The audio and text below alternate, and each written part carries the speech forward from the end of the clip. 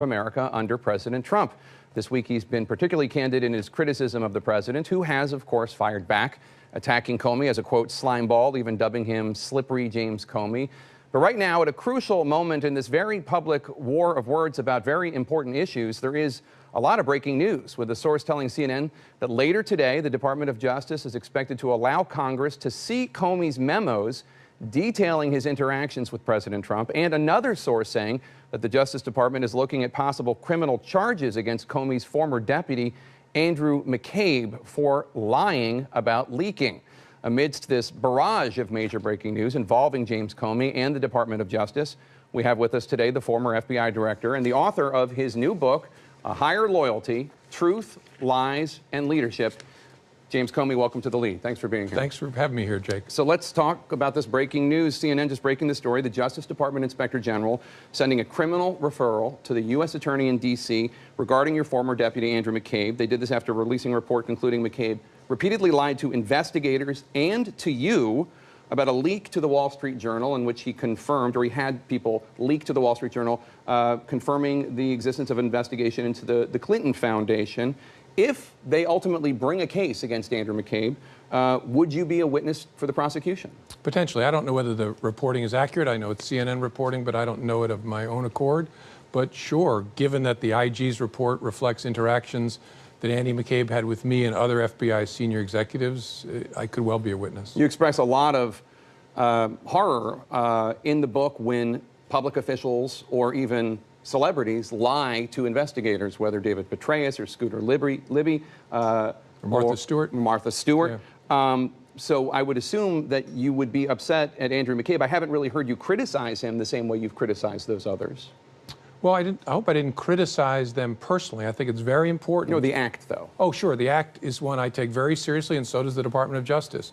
What's gone on so far has been the accountability mechanisms of the department working, because it's a department that's committed to the truth. And so it's working. I don't know whether there's a criminal referral, what will happen, but that's part of accountability and examination of what the consequences should be if there was material lying. But how do you feel about your former deputy, according to the Inspector General, lying to you, lying to investigators for a leak that the Inspector General said was only motivated to preserve his own reputation, having nothing to do with the FBI or the public's right to know? It conflicted. I like him very much as a person, but sometimes even good people do things they shouldn't do. I've read the report. I'm not the judge in the case. I'm not the discipline decision maker in the case.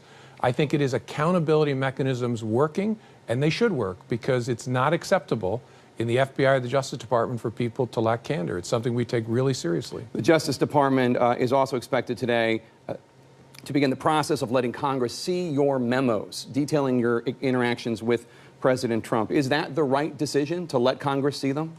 I don't know, because I don't know what considerations the department has taken into account. It's fine by me.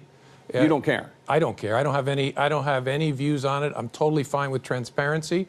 I've tried to be transparent throughout this, and I think what folks will see if they get to see the memos is I've been consistent since the very beginning, right after my encounters with President Trump, and I'm consistent in the book and try to be transparent in the book as well. Senator Grassley, the chairman of the Judiciary Committee, says that there are 7 memos. He says 4 of them are classified. Is that right? I don't know, because I don't have the memos. I don't know exactly how many there are. Some may be memos, some may be emails. There's somewhere between 5 and 10. It may be 7, it may be 8. I don't remember.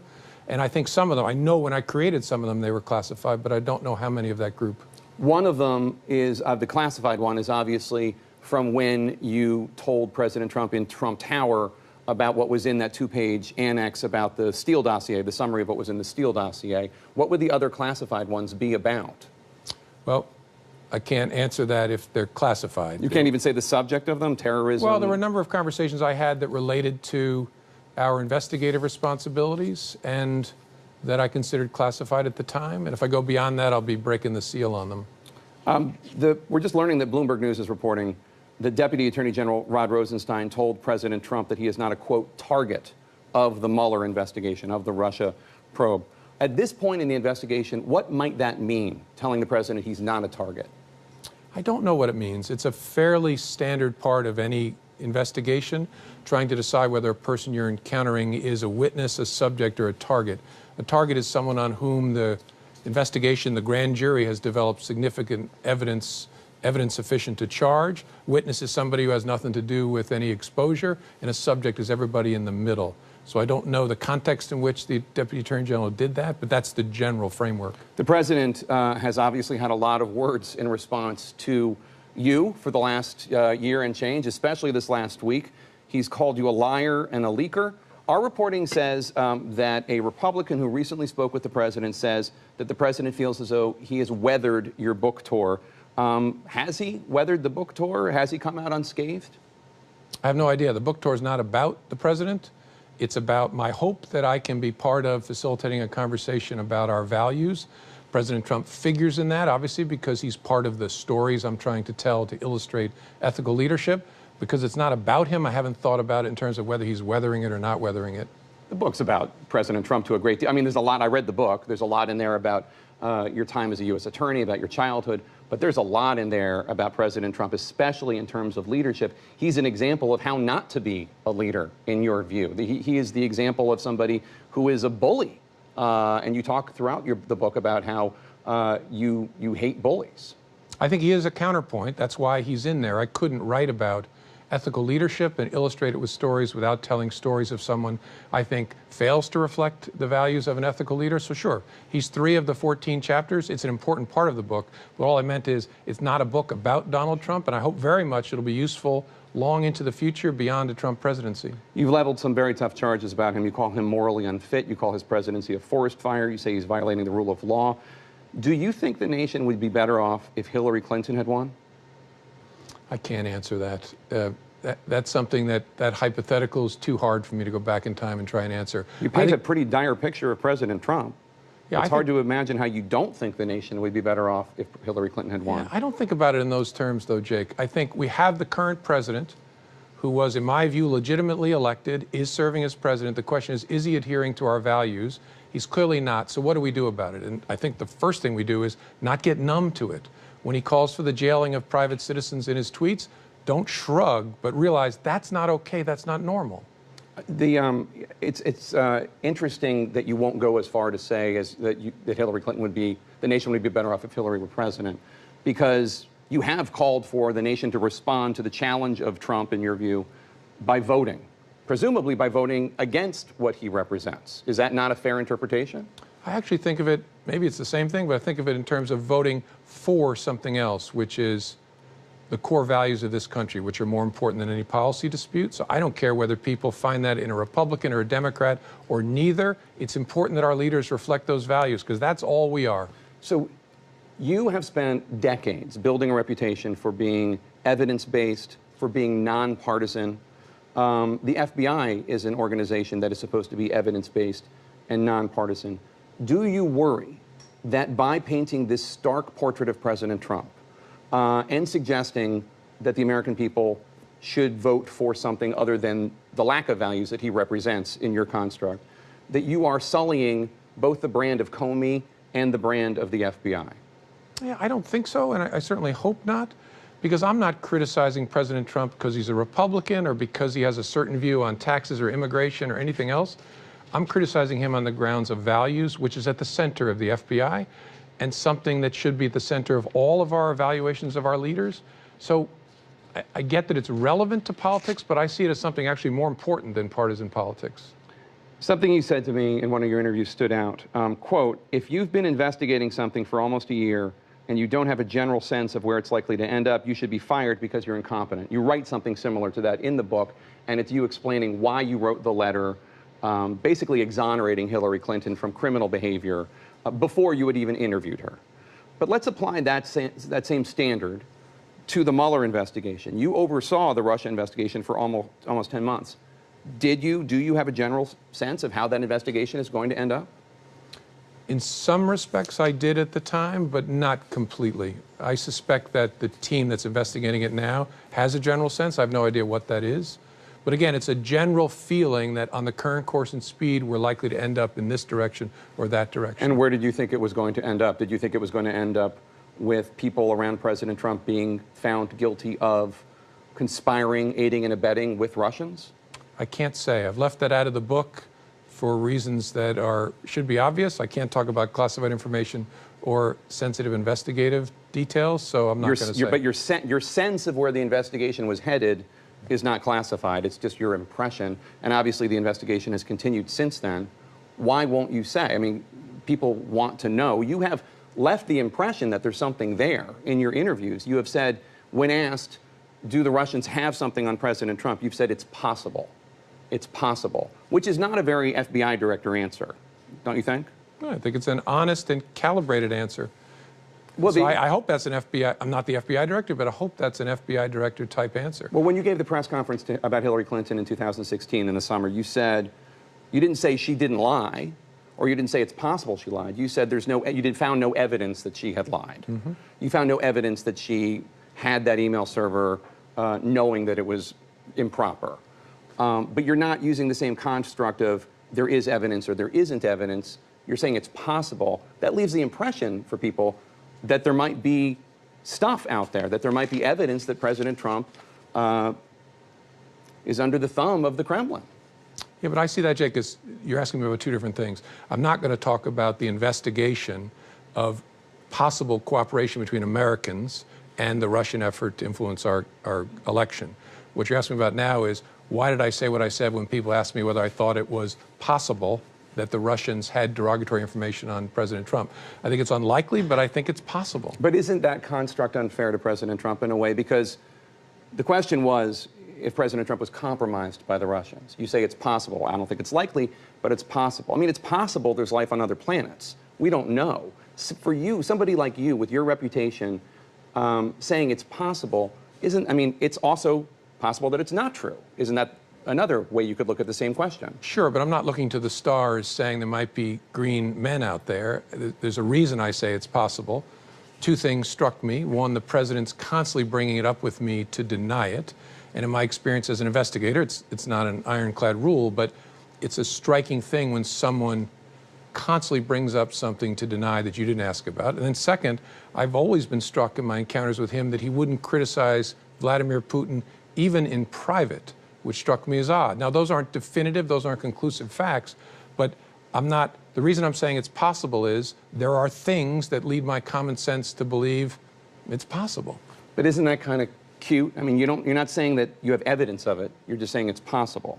I mean, do you have evidence that President Trump has been compromised by the Russians? Have you seen evidence of it? No, and I think I've said that throughout. I'm trying to be transparent as here's my reasoning. Here's why an honest answer has to be it's possible. Now, I'm not saying it's likely. In fact, I've said all along, and I'm repeating it to you here today, it's unlikely in my view, but it's possible. So let's talk about the investigation and what you can talk about it. In January 2017, when you met with President Trump and you did that oral presentation of what's in that two-page memo summarizing the Steele dossier, we know from the book that you talked about these unverified allegations involving him and prostitutes.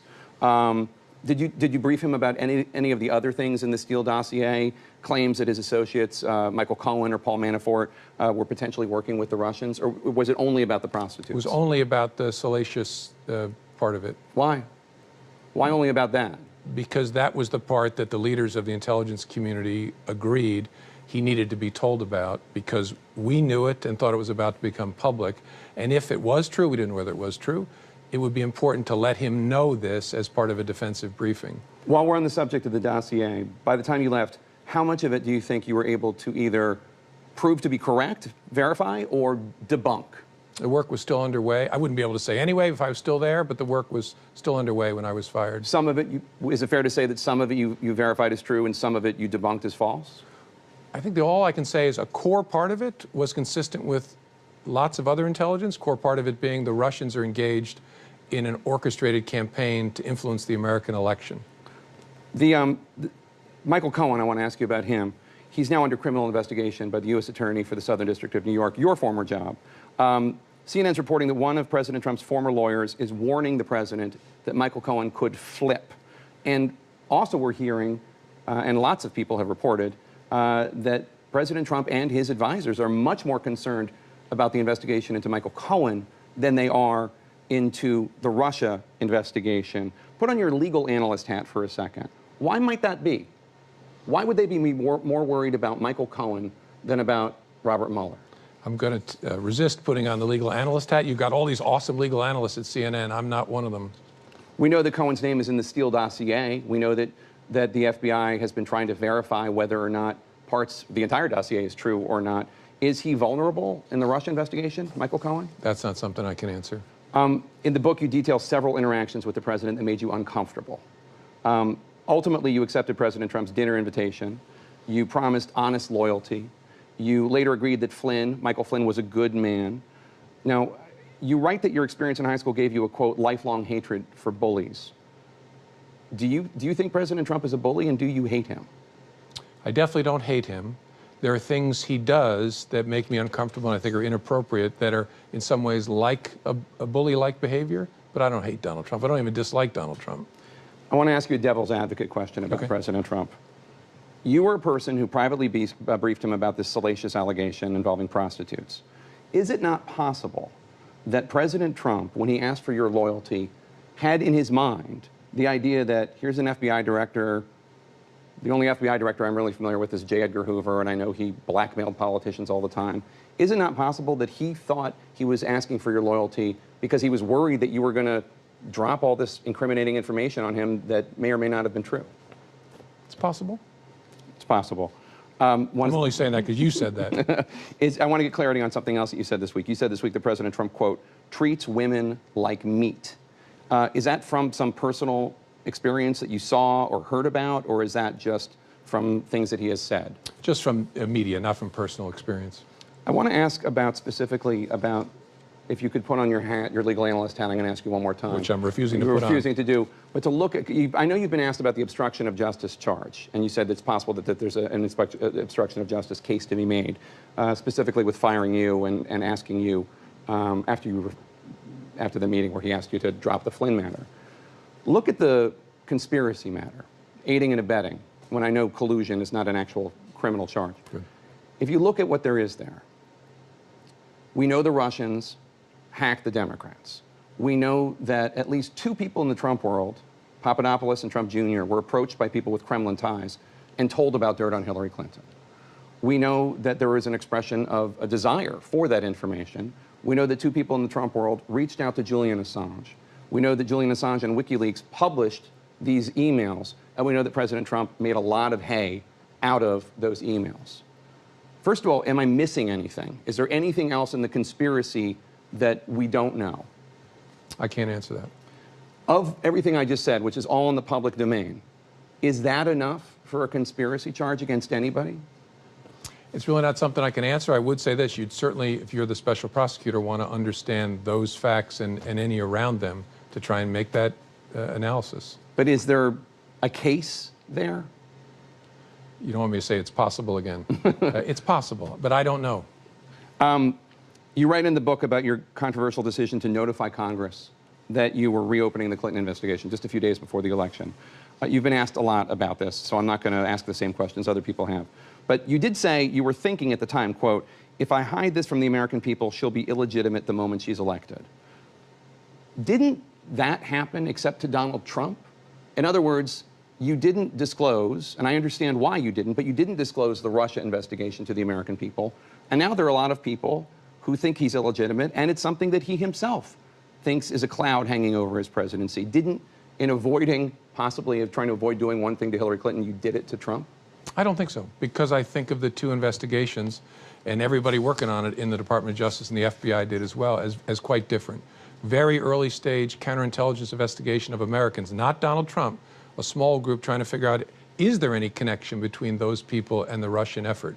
Separate from the Russian effort, which we had important discussions about whether to publicize that, but I don't know what we would have said in the early stages. We weren't investigating Donald Trump. We had just started. I think there actually wasn't serious consideration given to it because it wouldn't be remotely appropriate under our policies. You call it very early stages in October 2016, but you disclosed it in March 2017. That's only 5 months later. Was there really such a difference in terms of disclosing it? But only in a general way.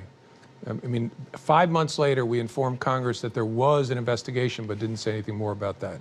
And the reason for that is the acting Attorney General decided there was such pressure from Congress. Senator Grassley was holding up the confirmation of the Deputy Attorney General unless he got more information.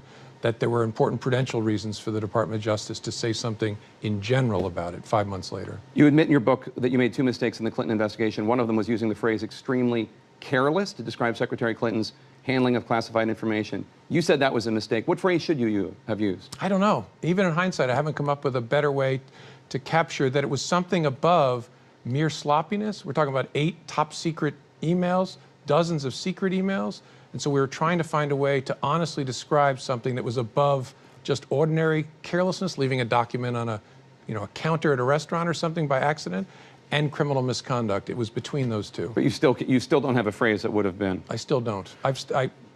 You might expect I've kind of suppressed the effort to try and figure it out since then. After you were fired, President Trump tweeted that there might be tapes of your private conversations. You say you decided to ask your friend to then leak some information about your interactions with the president. Not classified information, but information about your interactions with the president. And you say you did this, you testified that you did this to try to force the creation of a special counsel. Why? Why would a special counsel be needed? Why would the Department of Justice and FBI not be able to continue to do the job? Because I thought that the department, as currently supervised, would not be aggressive enough to go serve process to get the tapes. Because Jeff Sessions is too weak. Well, he had recused himself.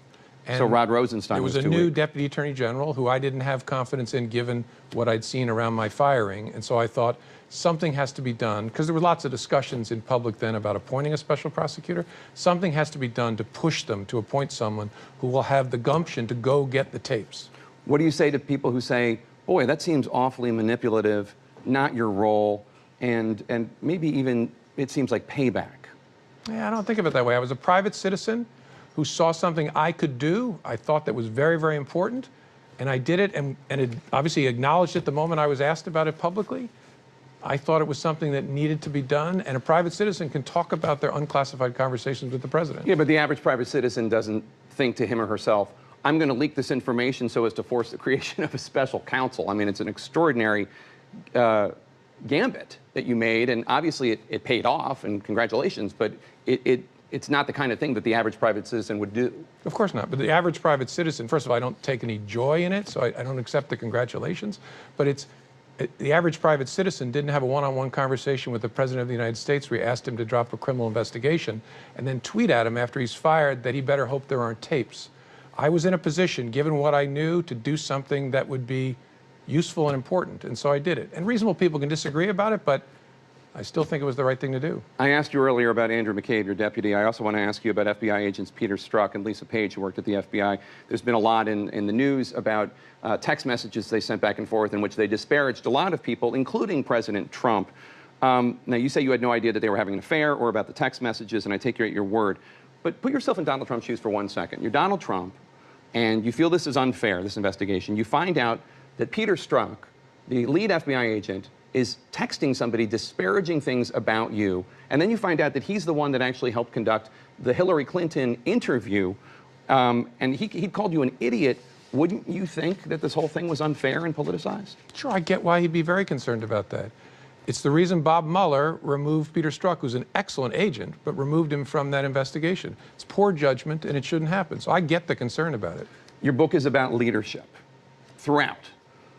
Does it say anything about your leadership that Strzok, who was a very high-level FBI agent, was doing this? Did you set in any way any sort of tone where that kind of glib insult of a major political candidate at the time would be not that big a deal? No, but it does say something about my leadership. I mean, I'm responsible for the senior members of my team, and I've asked myself the same question. I tried to model a certain way of acting, which did not include that kind of behavior, but I asked myself, should I have given them all a speech? But these are grown-ups. These are senior people in the counterintelligence division. I don't want to be too tough on myself, but yeah, I'm responsible. I'm responsible for their actions and their poor judgment. Speaking of leadership, after you were fired, you say you got a phone call from then Department of Homeland Security Secretary John Kelly, now the Chief of Staff at the White House, in which he referred to the president as dishonorable and was talking about quitting. You told him not to quit.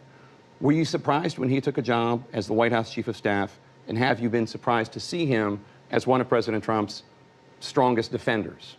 I don't remember John calling the president dishonorable. He was talking about people, and I don't like you being treated this way, and I won't stay and work with people that would treat you in such a dishonorable way. Who else Or would he words be to that talking effect. about? Well, I don't know, but he didn't. I just want to be clear. He didn't say the president by name. That's fair, and I appreciate the clarification, but just to dial down on this point, who else would he be talking about? Who else mistreated you other than President Trump, in his view or your view? No, that's fair. I don't know what he had in his head, but he might have meant the Attorney General. He might have meant the Deputy Attorney General, who were deeply involved in my firing. So I don't know. But he conveyed a sense that he didn't want to continue to work for people who would treat me in that way.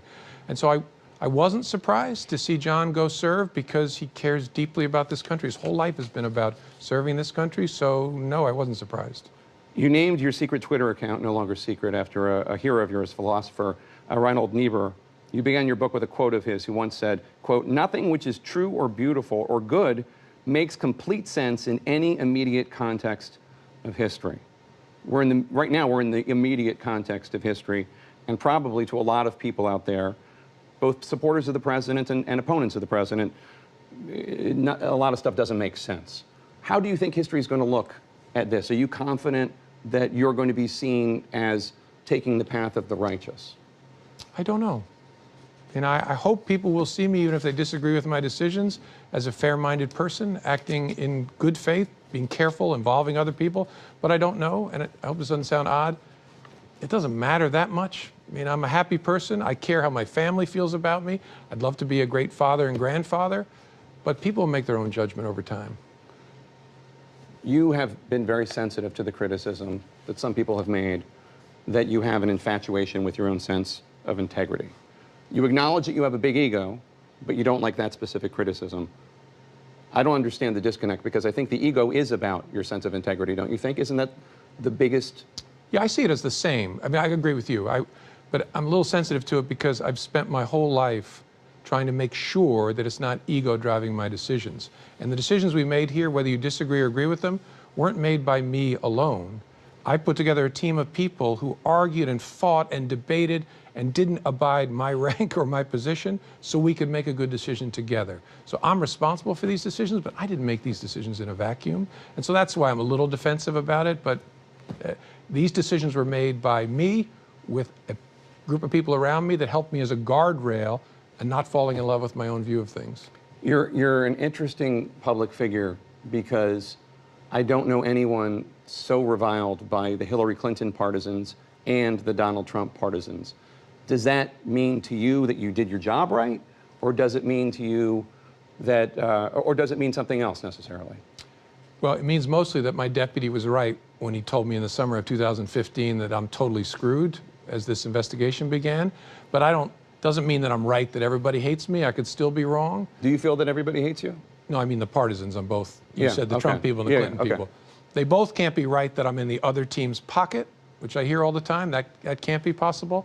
The challenge of being the FBI in today's political environment is you're not on anybody's side. That confuses people, which I get, and it angers people, which I also get.